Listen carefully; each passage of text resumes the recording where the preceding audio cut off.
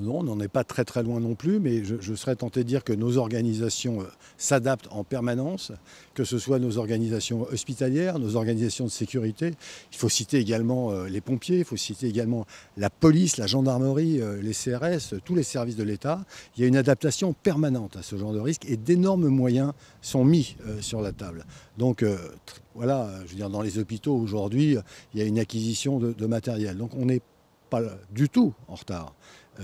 On est même peut-être un peu en pointe par rapport à la gestion de ce type d'événement. Et je dirais malheureusement, vraiment malheureusement, des experts viennent nous voir. Nous n'allons jamais pouvoir former l'ensemble du personnel hospitalier et pourtant l'ensemble du personnel doit être sensibilisé.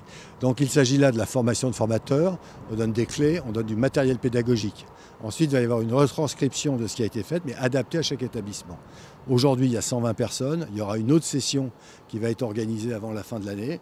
Nous allons faire également, parce que là, il fallait bien commencer, ce sont les établissements publics qui aujourd'hui ont été invités. Nous allons ouvrir cette formation, c'est indispensable et non discutable, à l'ensemble de nos collègues qui travaillent par exemple dans les cliniques privées. Vous voyez qu'on est là dans un aspect très multifacette de ces gestions d'événements, encore une fois dramatiques, et que nous n'espérons jamais voir. Mais ce n'est pas pour autant que nous ne devons pas nous préparer avec le sentiment que ça peut arriver dans l'heure qui vient.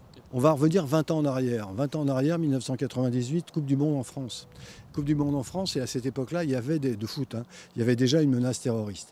L'ensemble des établissements ont été préparés à travers les mêmes, à travers nous. Il y a beaucoup de gens qui étaient déjà là à cette époque-là.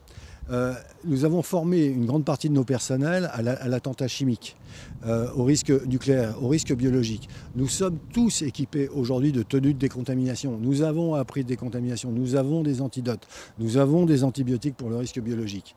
Est-ce que ce sera adapté ou pas? Voilà, et j'espère surtout qu'on n'en aura jamais